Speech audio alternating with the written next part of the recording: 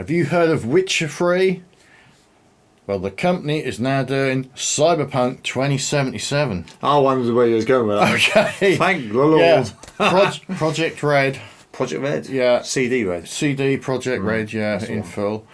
And they've just released this. Well, no, this is. No, they didn't release just this. This came out yonks ago, Yeah, but we well, didn't do it. no, I we think didn't. it came out back in March or something. Yeah, it's not far away. It's not that bad.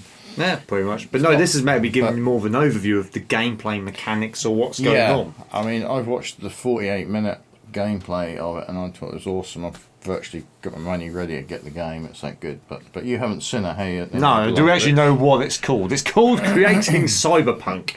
Yeah, I believe this has got a little bit of chat in it and a bit of artwork and stuff. Oh, lovely. So, yeah, all up for that. So if you're hyped, smash a like. In the meantime, I should go for it. Let's take a look.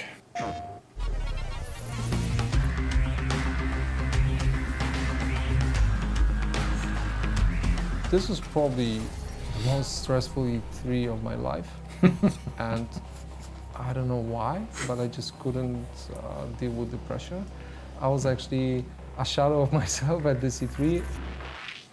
Cyberpunk 2077, CD Projekt Red's first deviation from the Witcher universe, is an action-oriented, narrative-driven open-world RPG. Oh, yeah. Which is a mouthful.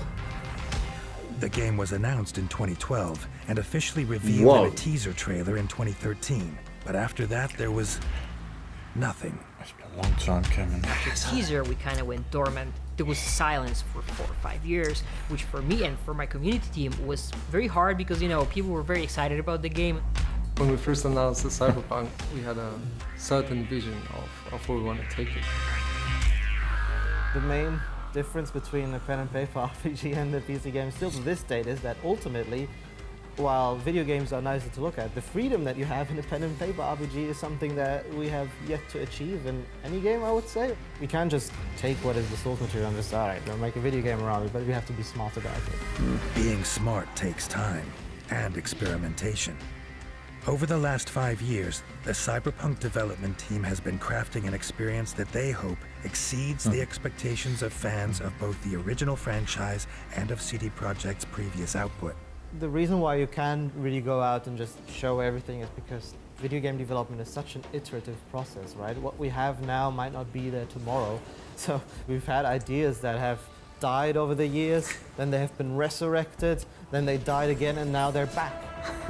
Cyberpunk 2077 isn't only set 50 years after the source material, but it also takes place in a parallel timeline. This gave the team the freedom to create a game that respected and referenced the source material, but also suited the shift to the video game medium.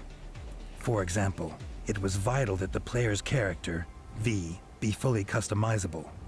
This was a real shift for a company associated with an incredibly iconic character like Geralt. Yeah. For us, it's important to give players this freedom to allow them to play themselves in our world and really immerse themselves. That is also part why we have the first-person perspective, right? Because you don't play as someone else, but you play as I. Got a window on the left, go! The move to first person is essential to convey the scale and verticality of Night City, the game's sprawling, neon-soaked hub. But this change in perspective, combined with a completely new style of navigation, including the ability to drive, brings with it a new set of design challenges. It's easy to make an open world that when you're on foot feels huge. But if you're in a car, it's 10 minutes. One feels like a huge world, the other like a not so huge world. And how do you balance that? How do you create the feeling of vastness? But those are the cool things when you challenge yourself to sort of push forward into new uncharted territory, right? And you try to find new solutions to these problems. At E3 2018, CD Projekt Red finally revealed the first gameplay of Cyberpunk 2077 to a select audience of media and invited guests. We were so nervous and anxious to learn what people will say about the game because the hype was unreal. Yeah, there still is. They didn't need to be nervous. Soon word spread that it was the must-see game of the show. The team left E3 with over 100 media awards. Wow. But for a community of PlayStation gamers who had waited so long to see the game in action, the words of the media weren't enough. They had to see it for themselves. 2 months later, Their wish came true when all 48 minutes of the playthrough was made public. Their overall sentiment was amazing and the reception was great. So it was just very rejuvenating for us to basically see those reactions and we're just like, whew, okay, cool, we got it. Certainly have. Cyberpunk 2077 may no longer be the mystery it once was, but work on it is far from over. True to the promise made in 2013, it's still coming when it's ready. I love that. So when are we going to see it?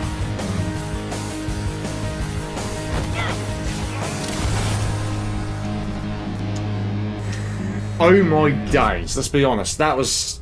I've not seen the 48-minute gameplay. Is that actually that good? I've watched it about 48 times. So Oh, I right. keep playing it over and over, sitting on my other screen while I'm editing because it's just awesome. Yeah. I don't know. I want to kind of like, I don't want to see too much, but at the same time, and that still says at the top of the screen, it's work in progress. That's not the final finished product. That's it. Yeah, they're sort of covering their bases, but I mean the graphics are fantastic. The gameplay looked great, and in the 48 minutes, so it's not like a 5-minute. Is that okay? You sometimes get sort of a bit of a fake sort of feel for it, but when you're watching someone play 48 minutes, you tend to know. Yeah, you tend to know, and the media sounded like they're really raving It was like about that city with all the people walking around in it. I've not seen that in any other game with so many people. When you watch the 48 minute, that is full of people. It's like, I'd hate to think. It's like there's all these things going on. There's people trying to sell stuff. These actually care about their product before anything else. They cared about The Witcher 3 and Witcher 1. I've not played Witcher 3 Wild Hunt. Oh, And right. that's something actually I know. Was it Geralt? Geralt, Yeah, yeah. I know of him.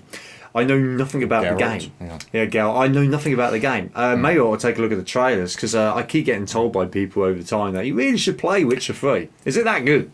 I mean, seriously. It is. I've been sidetracked with so many things, but watching this again, I'll go back and play my Witcher game again. I nearly got to the end. And it's got multi-endings as well. I didn't. Oh even, my word! Yeah. And you know what? There's trailers out there for But- Witcher 3. I know there is. So let me know. Do you want me to take a look at The Witcher 3 for the first time ever?